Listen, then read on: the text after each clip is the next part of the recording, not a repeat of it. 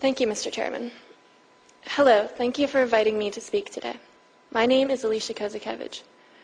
A Pittsburgh resident, I am 19 years old and a sophomore in college. And for the benefit of those of you who don't remember those headlines, I am that 13-year-old girl who was lured by an internet predator, transported across state lines to Virginia, in fact, not so very far from here, and enslaved by a sadistic pedophile monster. The authorities told my parents that the odds were 1,000,000 to 1 against my recovery. But I was the exception. I got the miracle. I was rescued.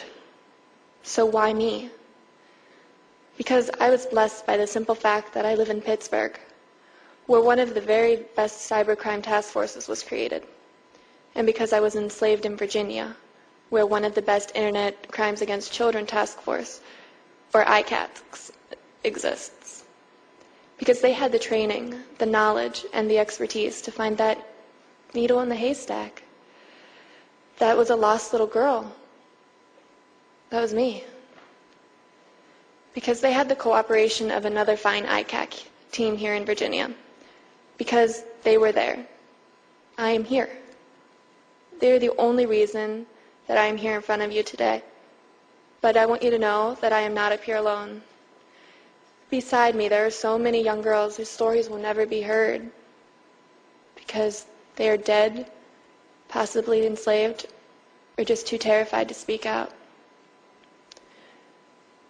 When I speak, what I say is for all of us who exist in pain and fear and sometimes even shame, and for those of us who have been silenced by the grave. So I guess you need to know how it happened and why I let it happen to me. I want you to stop thinking that right now. As one young girl said, just because someone leaves without a struggle doesn't mean that they left willingly. It's been 5 years, and I've just begun to answer that question myself. I know that many of you perceive that those of us who have been lured via the internet as being the stereotypical troubled wild child. Drugs, broken families, searching for love you can't find at home. Nothing could be further from the truth. Many of us were the shy children, the wallflowers, not necessarily the geeks or the freaks, just not the partiers. And sometimes, as in my case, those that were very shy. The internet provides a type of anonymity that allows the timid child to miraculously transform themselves. They are suddenly able to act without the fears that have constricted their daily lives. Take myself, for example. So, in an attempt to impart some clarity here, let me start at the beginning. Pick a teenage girl, any one of us, and we'll be suffering agonies over at least one, and probably more of these situations. Imagine your 13th birthday was last month, and for some ridiculous reason, your parents still think you are a child. You're sitting home, bored and lonely, because your best friend just decided that you're not so cool anymore, and your other best friend has moved far, far away. That person you have an unbelievable crush on, they think you are the biggest geek. You have a D in algebra, despite your best efforts, and you won't be making the honor roll this semester. And nobody understands anything at all. Nobody ever will. You are alone in this world, and you're so bored, so lonely, that you're online, just chatting. So let me start closer to the beginning. I was 13. I was a good student. I had a few good friends. I had the most wonderful, loving, and supportive family a child could ever ask for. And yet, at 13, we change. We question everything, especially ourselves. I was that typical bored, shy, and lonely child, just looking for something to do. In the beginning, I chatted for months with Christine, a beautiful red-haired 14-year-old girl who just understood me all too well. We became the very best of friends, and we shared all of our thoughts, all of our intimate girlhood secrets. There was nothing that she didn't know about me, and we traded our school pictures. Too bad that hers were fake. Yeah, Christine was really a middle-aged pervert named John, and he had lots of practice at his little masquerade because he had it all down. The abbreviations, the music, the slang, the clothes, he knew it all. I never had a chance. Because these perverts, they congregate on the net.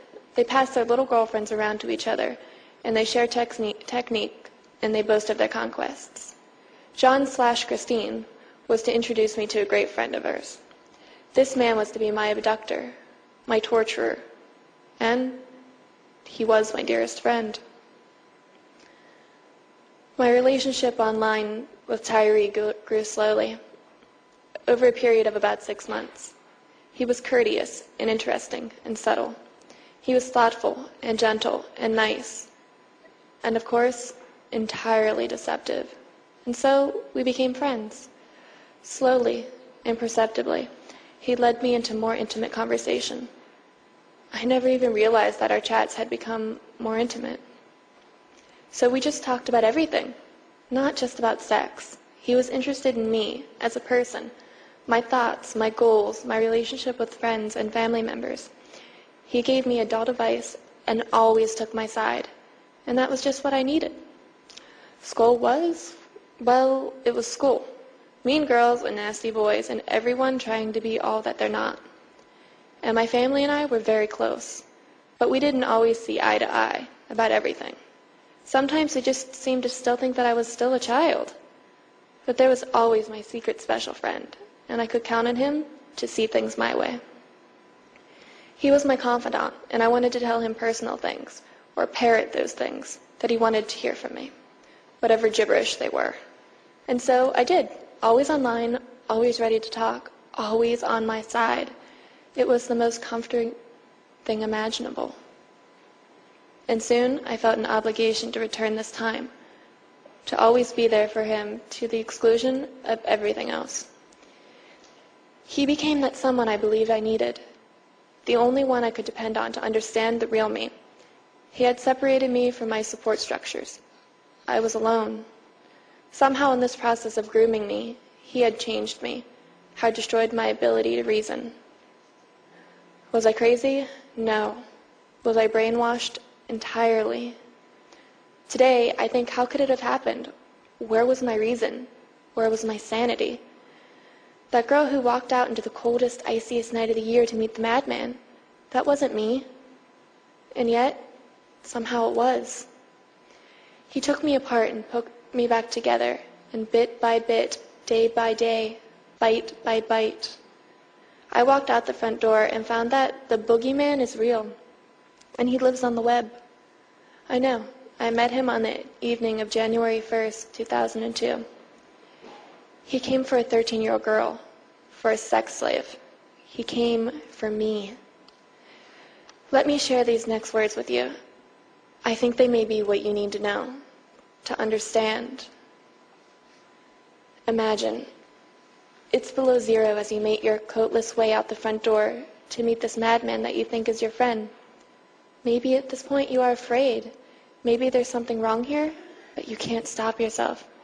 So maybe you'll think game's over when you get to the bottom of your driveway and you'll stand there shivering, cowering behind a bush in the lonely dark night as the falling crystals sting your face, just curious to see if he'll really show up. You're not really going to leave with him. Probably you won't even reveal yourself to him. But he is your friend, your best friend. Maybe you'll just be polite and say hi.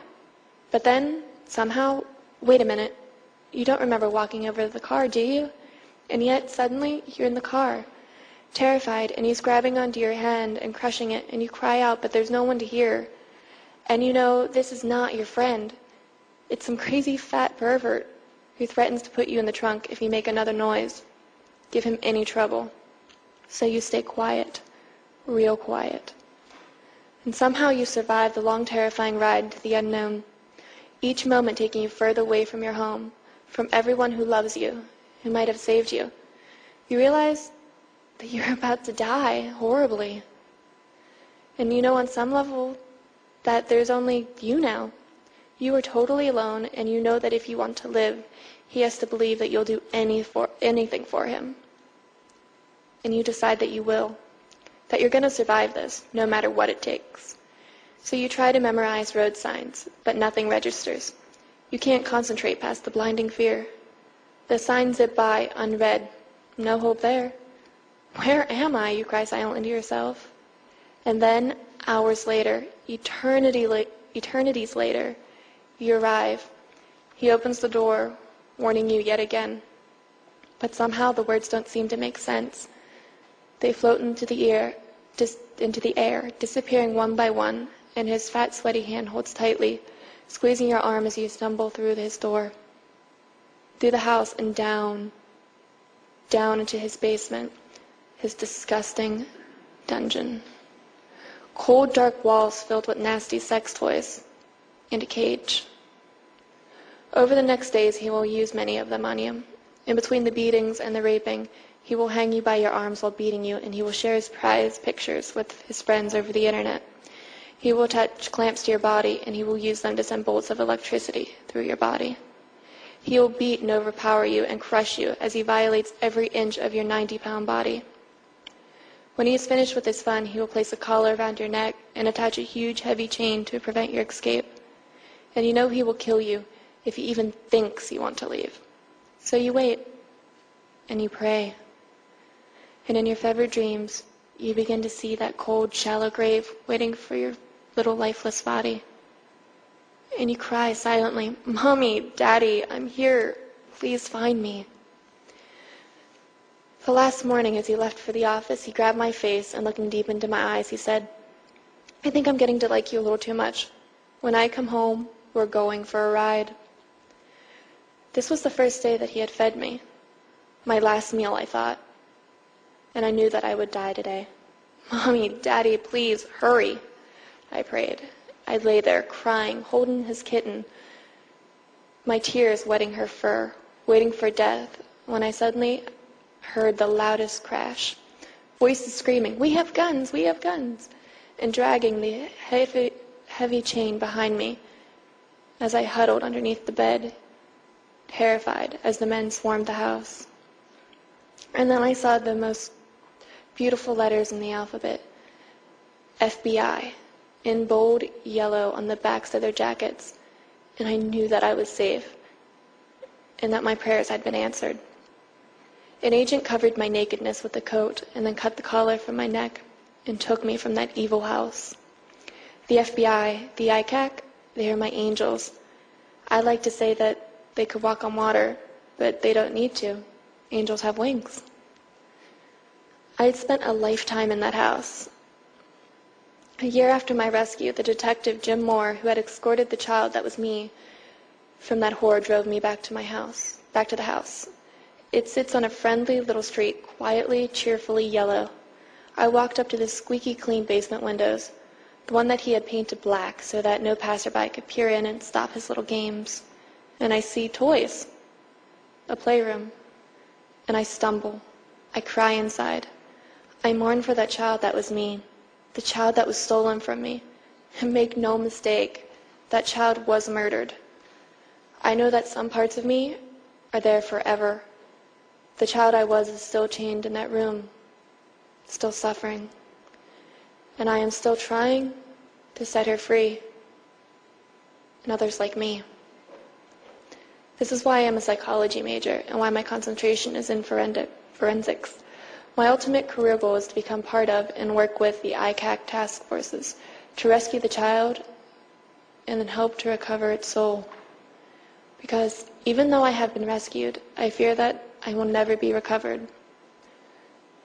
Please support Congresswoman Debbie Wasserman Schultz's bill and Senator Joseph Biden's companion bill, 1738. Support the children.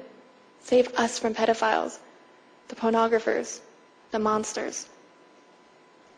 The boogeyman is real, and he lives on the net. He lived in my computer, and he lives in yours. And while you are sitting here, he's at home with your children. ICAC task forces all over this country are poised to capture him, to put him in that prison cell with the man who hurt me. They can do it. They want to do it. Don't you? Thank you.